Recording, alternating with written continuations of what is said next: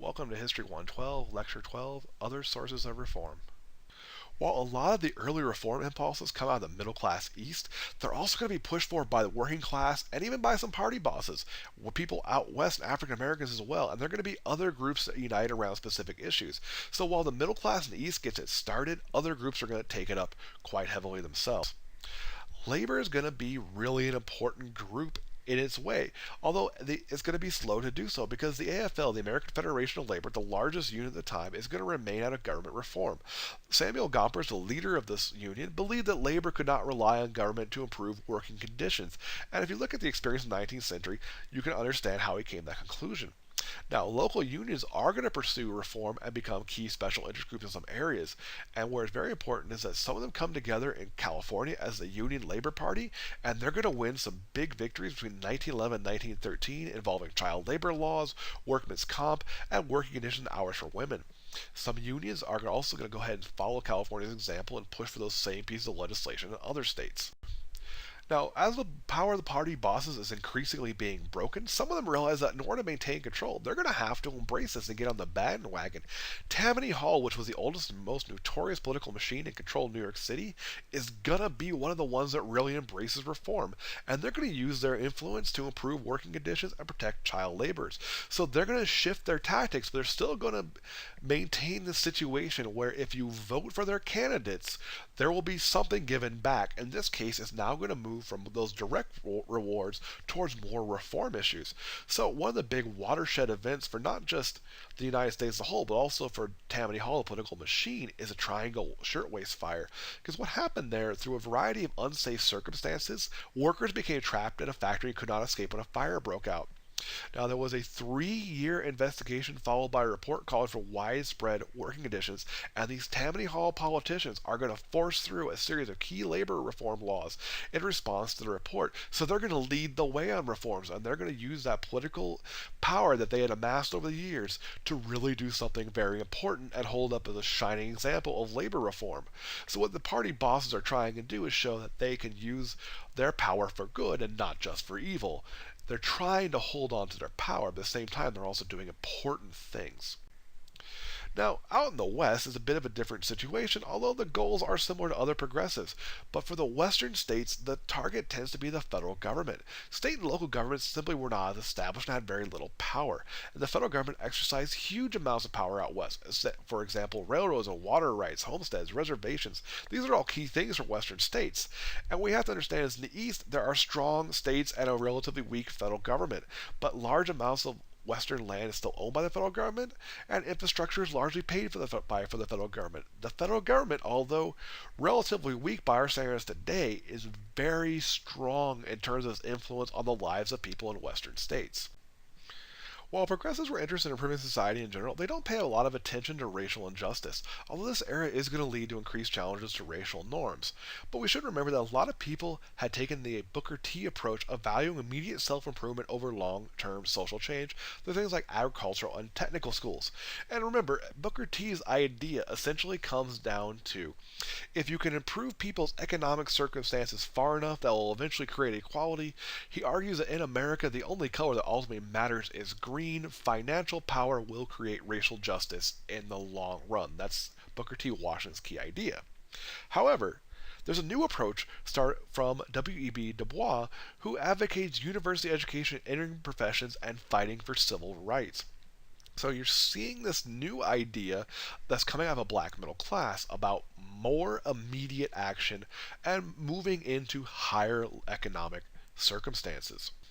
Now, this new idea about more active, immediate change leads to the Niagara Movement in 1905, and that comes down to W.B. Du Bois and his supporters form an organized network.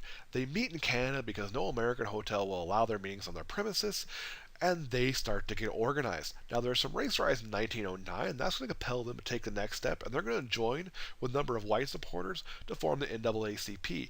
And this is going to be a largely professional organization that taps on the emerging black middle class, and they're going to use that experience and those resources to use and the courts to launch a lot of legal challenges to racist laws, and they're going to work to pressure the federal government to intervene in the South, especially where lynching is concerned. So they're going to come together and unite around that impulse, and they're going to have a lot of successes in the courts, and they're going to be around for a long time. We're going to hear about them, and they're going to take on a key role in later time periods too. Another important group early on is the temperance movement, and they come together to attack what they see as public drunkenness and the problems with it. They say that this leads to increased crime, especially assault and murder.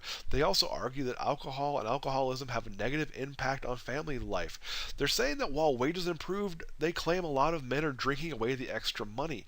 And they're arguing in effect that rising wages just fuels alcoholism. They're also arguing that domestic violence is on the rise. Importantly, also, the temperance movement takes note that the party bosses are using saloons as a key organizing tool. So they talk about a whole host and manner of problems with the level of alcohol consumption that's happening in the United States. Now, from about 1893, key groups like the Women's Christian Temperance Union and the Anti-Saloon League are going to come together to press for laws, first to ban bars and saloons, and then to go after the sale of alcohol altogether. Now, they are initially going to win just local laws and then some states. And by 1916, states had prohibition laws, about 19 of them. And a lot of other places had dry counties. Now, the side effect of prohibition in the local level was that the next county over or next state over where alcohol was legal, you see an increased trade and concentration of the social problems that went with it. So the more places that ban alcohol, the more concentrated the problems become in the neighboring places, which also fuels an impulse in those places to ban it, and you get to a point where people are asking for a national law. And through a very coalition of interest groups, they're going to force a constitutional amendment through Congress, and the 18th Amendment is going to be ratified in 1920 by all but 2 states. Another big issue at the time was immigration, and almost all reformers at the time believed the growing immigrant population was somehow a problem. Now, what the problem was depended on who you asked, though. Most immigrants supported political machines, so those who are opposed to political machines see immigration as somehow a problem factor in here. They also find that most immigrants oppose temperance laws, and this also is perceived as something of a problem. And there's also the issue of constant new supply of immigrants allowing unethical employers to drive down wages. Now, there's some different ideas on how to address this issue. Some want to help immigrants adapt and don't believe that immigrants are really the cause, but sometimes they believe immigrants are the victims. Now, a lot of other people, though, started to increasingly believe that assimilation has failed and that a different approach is. Now, where this takes a particularly dark turn is this new theory called eugenics that extends known ideas about the breeding of plants and animals onto humans. Now, for centuries, farmers knew how to do this and were able to breed better stock, but the mechanisms really got understood very well in the 19th century. Now, the Carnegie Foundation is going to pay for research on how to apply all of those ideas to the human population. They start grading races according to genetic qualities, and eugenicists are going to advocate things like forced sterilization of mentally ill, disabled, criminals, orphans, prostitutes, and so on. Now, 33 states are going to adopt eugenics laws and forcibly sterilize about 65,000 people, and they're going to argue that poverty and inequality is due to genetics, so the things they're doing with these forced sterilizations are ultimately going to improve society by eliminating certain undesirable genes. They're not going to take it to the level of actually euthanizing individuals, they're just going to sterilize them so they cannot pass those genes to the next generation. And this is kind of a dark moment in American history right here. Now, these ideas about eugenics really become popular with nativists, and they like the notion of it being scientific. And they're going to meet in a lot of places and talk about expert and scholarly testimony about things. They're going to talk about how immigration pollutes the stock of the Americas, and they talk about the danger of what they call mongrelization. And they're going to argue that certain nationalities are unfit and that they ought to be excluded. And they're really going to target Southern and Eastern Europe, which is mostly Catholic areas. While there's something of a dark side that comes out of the progressive movement, there's also some other positive goods. For example, the social gospel movement is going to be a major drive in American Protestantism and to a lesser extent from American Catholics, and they're looking at social justice. And the Salvation Army is a very good example, and they're going to want to provide both material and spiritual aid, and they're going to be one of the groups that tries to help immigrants. Now, an important individual named William Rauschenbusch is a Protestant theologian who argues that all society should work together for humanitarian evolution by improving society. They're not buying into eugenics, they're buying into the ideas that we can work together and build something better. Now, a lot of Catholics get in on this after Pope Leo XIII warns that the rich have enslaved the poor and starts advocating that people take up many of these same ideas. One of the key things that emerges after that is the idea of a settlement house. Now, the social Darwinist view had believed that ignorance, greed, poverty, and crime were all due to some genetic failing. But the progressive view that's emerging during this time period says that ignorance, greed, poverty, and crime are the result of an unhealthy environment. If we can correct the environment, we can then correct the various outcomes that we see as negative. Now, Hull House is founded in 1889 in Chicago and becomes the model for about 400 other similar institutions. And the Hull House idea is that they saw a lot of problems with immigration at the time. So they're going to set up this institution to help immigrants adapt to American life. And they're going to try to avoid moral disapproval that earlier charities aimed at immigrants. They're not going to treat the immigrants like they had done something wrong, but rather that they are people who've come to the United States and should be given tools to go ahead and set themselves up. And they believe that it was responsibility of the middle class to give newcomers those tools and help them attain the values that would allow them to avoid poverty. Now, these are often run by college educated women, and social work quickly becomes a female dominated profession, and it becomes one of the areas of the economy where women is very open to women. This general impulse for reform is also going to lead to a bit of an anti-capitalist movement within the United States, and that's going to be its strongest moment, but it's never going to be a major threat to the established parties. It is going to gain enough strength, however, to form the Socialist Party of America, and we're going to see Eugene Debs of railroad strike fame get about 1 million votes in the 1912 election. But as political machines break down, more immigrants are attracted into this movement, and it kind of becomes the new home for them. Now, because the machines are breaking down, you're seeing party politics sort of slow, and this new group isn't really going to leverage the same voting power as even the declining parties.